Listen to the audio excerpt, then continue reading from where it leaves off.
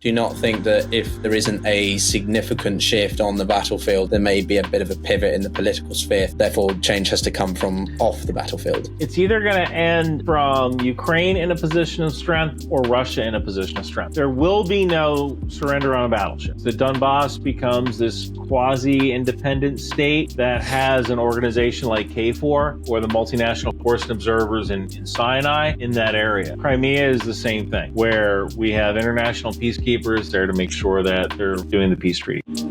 This is The Global Gambit. Welcome back, everybody. This is on The Global Gambit. But this time we're talking with a fellow YouTube creator, Ryan Macbeth. He is someone who I've had the pleasure of watching and enjoying many content on. Initially, it was Ukraine. And if you haven't seen part one, do go and see part one. If you haven't watched it, what are you doing? Pause this one, open a tab and do it. But this one, we're going to talk a little bit more of the subject matter. So people do, stay tuned. Would you say that drones are the single biggest change to modern warfare since, I don't know, the past 20 years? Past 15 years? Absolutely.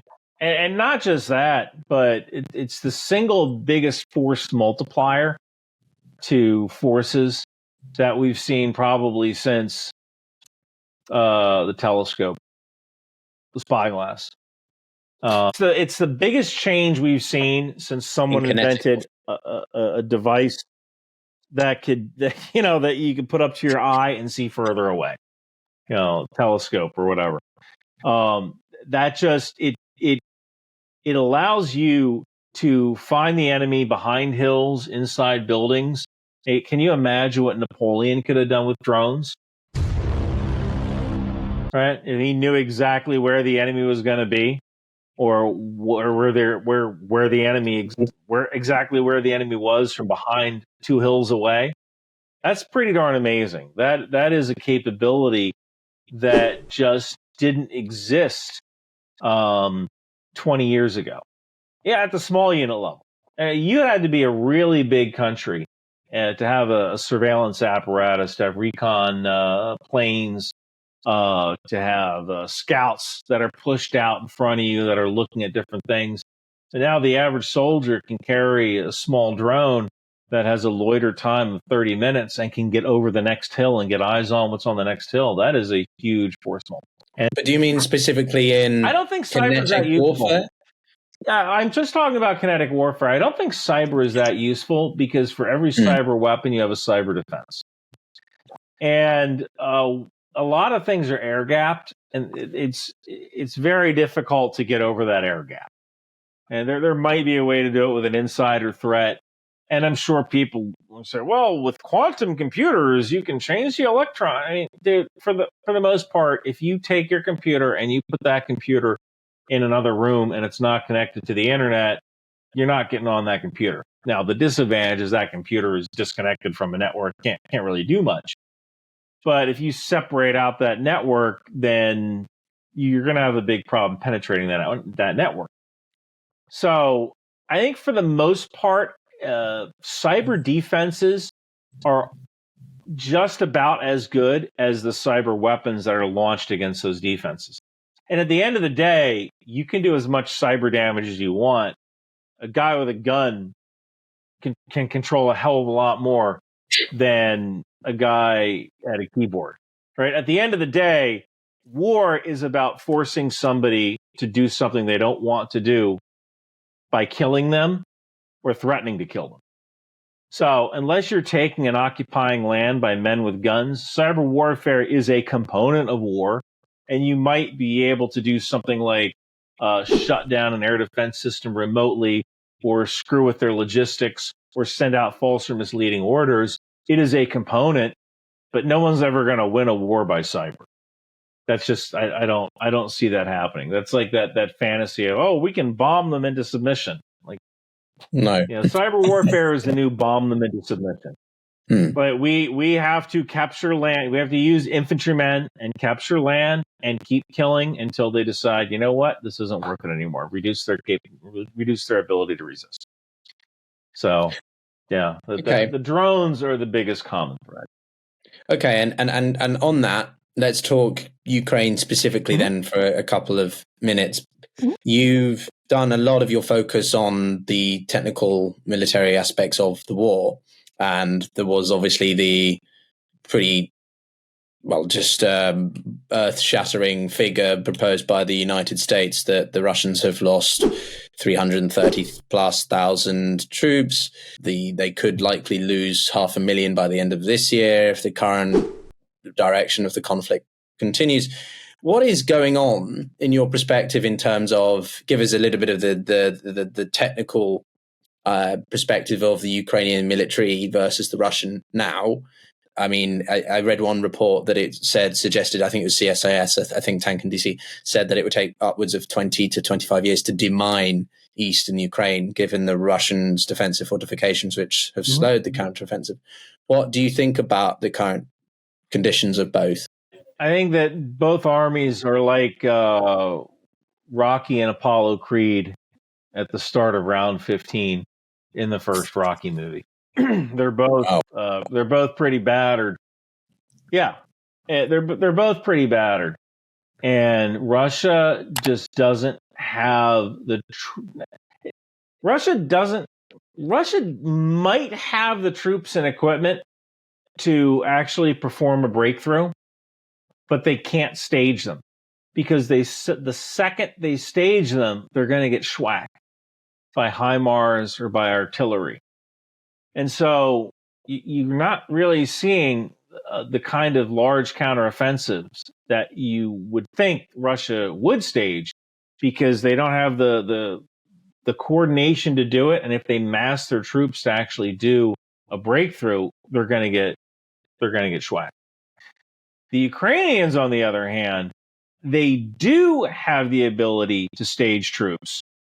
Russia has a harder time hitting those troops. They just don't have the ISR assets that NATO does. Of course, NATO is feeding all this ISR, all this intelligence, surveillance, reconnaissance. They're feeding all this ISR to Ukraine. Russia just doesn't have the same capabilities that NATO does when it comes to finding Ukrainian forces. But the problem is that Russia has minefields, and it is extremely difficult. Breaching a minefield is probably one of the hardest things that you can do in the military. And to add to that, Russia still has air dominance. So they might not have air dominance inside of Ukraine, but they definitely have air dominance in their sphere of influence.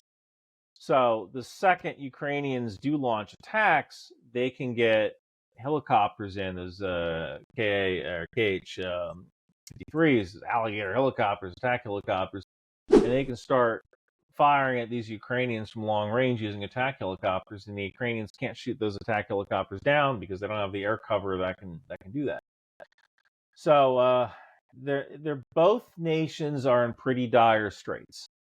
And I think it's going to be extremely difficult for Ukraine to gain any ground until they get air superiority. I think everything hinges on the F-16 right now. Once the F-16 comes online and they can start flying the F-16, the F-16 has a four-phased approach here. You establish air dominance. That's step one. Step two is you start shooting HARM missiles at anti-radar installations, and that balloon thing is silly. You start shooting anti-radiation missiles at because I think I did this, and for some reason I have a Mac and it picks up. I'm trying to, but it doesn't do it. I got to figure out how to turn that off. So phase two is to you can cut that out. Phase two is to launch HARM missiles, HARM anti-radiation missiles against Ukrainian against Russian air defenses. Phase three is to use JDAMs and JDAM ER glide bombs to hit Russian bunkers, and then phase four is to use the Harpoon missiles against Russian shipping in the Black Sea. So once they reestablish air dominance with the F-16, then they might have a chance at breaking through, because they gotta get that air superiority first. where does this leave us with, and I know this is not a popular term amongst many, though, with the idea of war fatigue? Do you not think that if there isn't a significant shift on the battlefield at some point, possibly with the introduction of the F-16s, there may be a bit of a pivot in the political sphere for some kind of adjustment? Because as you made it quite clear, it's quite difficult to get any offensive underway. So therefore, change has to come from off the battlefield. I don't know. And I say that because the West might not. The West might stop supporting Ukraine at some point, but these people are not going to submit. They're just not. From what I understand, I've had Ukrainians tell me this. I don't know how true this is. They still have Molotov cocktails in like milk crates at bus stations, and they're there just in case. And I'll tell you this, a Molotov cocktail won't do a darn thing to a tank. But the mindset of these people is we still need to have Molotov cocktails at our bus stations because if the Russians do invade again, we will fight them with our bare hands if we have to. These are not a people who are going to be conquered. They're not going to give up. Even if the West gives up, they're not going to give up. And I would like to say it doesn't matter. It doesn't matter if NATO decides to stop supporting Ukraine. Ukraine is never going to stop supporting Ukraine. So while I don't necessarily see this conflict being won in the sense that Ukraine drives to Moscow and there's a surrender ceremony on a battleship, I don't see that happening. But I certainly can see this going on for the next 10 years and it just kind of becoming the new normal. And these are people who just will not give up ever. And, so are you talking like... So it doesn't really matter whether the West gives up.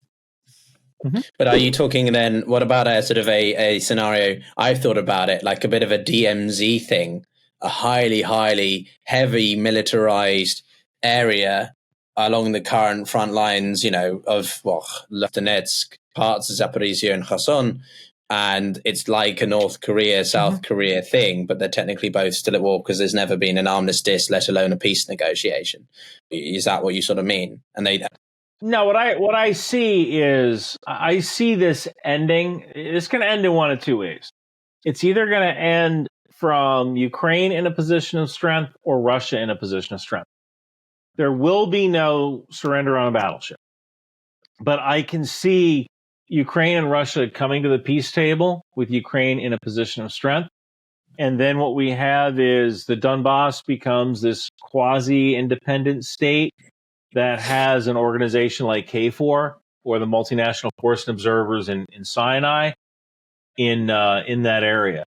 And Crimea is the same thing, where we have international peacekeepers inside of Crimea. Russia agrees that they will only have this many tanks and this many troops inside of Crimea, and there's an international presence there to make sure that they're doing the peace treaty. So that's kind of the way I think this whole thing ends. I don't see Russia able to conquer all the territory, and I don't see Ukraine being able to drive the Russians out completely. But I certainly see negotiation from a point of strength.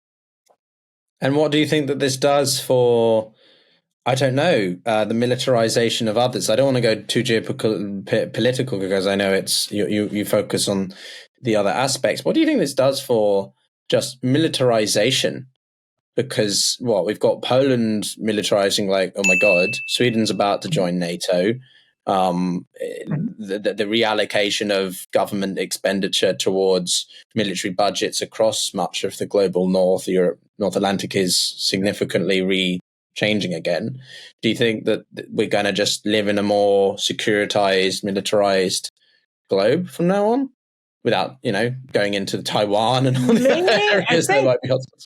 I think what it does is that it's going to force countries to look strongly at drones and to look strongly at their own supply system and the amount of logistics that they can afford, because this war has gone on for about 2 years and there has been a horrible logistics cost. We need more artillery shells. Artillery has played a big part in this. We need more drones. We need people to understand anti-drone warfare. So I think what we're going to see is nations are going to increase their defense budgets just so they have more stuff in case they ever do have to go to war, because apparently we are burning through stuff at an incredible rate.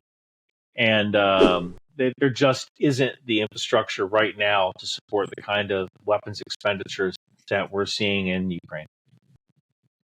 But how does that play into then naval assets as well? The Ukrainians have made a few quite remarkable strikes and raids, if you want to call them that, on parts of Russian, naval assets. Do you think that it's going to be replicated across not just terrestrial military, but in the Navy, in the Air Force, in cyber non-kinetic forms? Or that's a bit difficult to predict? Cyber, I don't think so. When it comes to the Navy, I don't tend to get into the Navy all that much. I call them the Department of the Boat people. It's just such a foreign branch to me that they. I can talk about aircraft carriers, I can talk about LCS, I can talk about some amphibious warfare guys, but submarines to stay away from, destroyers to stay away from. For the most part, I think that it shows that autonomous vehicles have value, and that having these USVs, unmanned surface vehicles, can be a real asset, where to the point where a country that doesn't even have a navy can use these unmanned surface vehicles as an offensive weapon. So I think that's kind of what it shows. When it comes to the Air Forces, I think probably one of the biggest takeaways from this is ACE. It's Agile Combat Employment. That we need to be able to have multi-capable airmen that can quickly move assets from one air base to another, because nothing is going to be safe from these unmanned drones. Nothing is going to be safe from these unmanned drones. Right? I think they said that Russia is producing maybe 6 cruise missiles a month, something like that, with their current level of electronics technology. Around about that. If you're firing 12 cruise missiles a day, you darn well better be sure that you're firing them at targets that have aircraft at them. So constantly moving your aircraft is kind of a lessons learned here. And it's something that the Ukrainians are doing. They're taking off from civilian airports. They're taking off from military airports. They're taking off from highways. They're constantly moving their stuff so they don't get targeted. When was the last time you heard of the Ukrainians getting hit by a cruise missile, losing a bunch of planes? That doesn't happen. It's because they're constantly moving. Yeah, and as we wrap up this final part, I have my last question. Is actually, you've alluded to it, but I'm kind of curious. What does this mean about AI? Growing, emergence. We had an AI summit late last year here in the UK, which I think was attended by quite a few military representatives of different states. What do you think that does in the context of Ukraine particularly? What do you think about that, the sort of AI aspect? AI can be a partner in the sense that AI can reduce the workload that commanders have to deal with. For example, I don't really see AI necessarily picking out targets or saying, yes, we should destroy this target here, or I predict the enemy is here. Have you ever heard of a 5-paragraph op order? No. Okay, yeah. So a 5-paragraph op order is basically the standard template that you use in order to tell a unit to do something. So the 5-paragraph op order is situation, mission, execution, service and support, command and signal, right? So why can't we use AI to automate something like generating a 5-paragraph op order, where the commander might give their intent, the commander will give the units that are supposed to execute what the mission is, the commander will give any tasks to subordinate units, and then AI will write the rest of the 5-paragraph op order. And that could significantly speed up time and free up resources. So I see AI, the first country that can kind of do something like that, and that's a very low bar to hit. The first country that can do something like that, they can speed up the time it takes to go from planning to actually conducting the mission. And that would be a huge benefit. So I see AI doing something like that very soon, and it's an easy win. That's a slam dunk right there, and it's an easy win. We can do that with the technology we have today. Wow. And on that positive note, I thought it was going to be more gloom and doom sort of scenario with AI, but that's reassuring. And I hope that can come to fruition. But thanks, Ryan. It's been awesome. I hope it was valuable to you, and give the thumbs up. Go check out Ryan. I look forward to hopefully having you back on again. Thanks a lot, everyone. Appreciate it. If you enjoyed the video, consider giving it a like. Really helps small channels grow, and look forward to seeing you in the next episodes. But take care.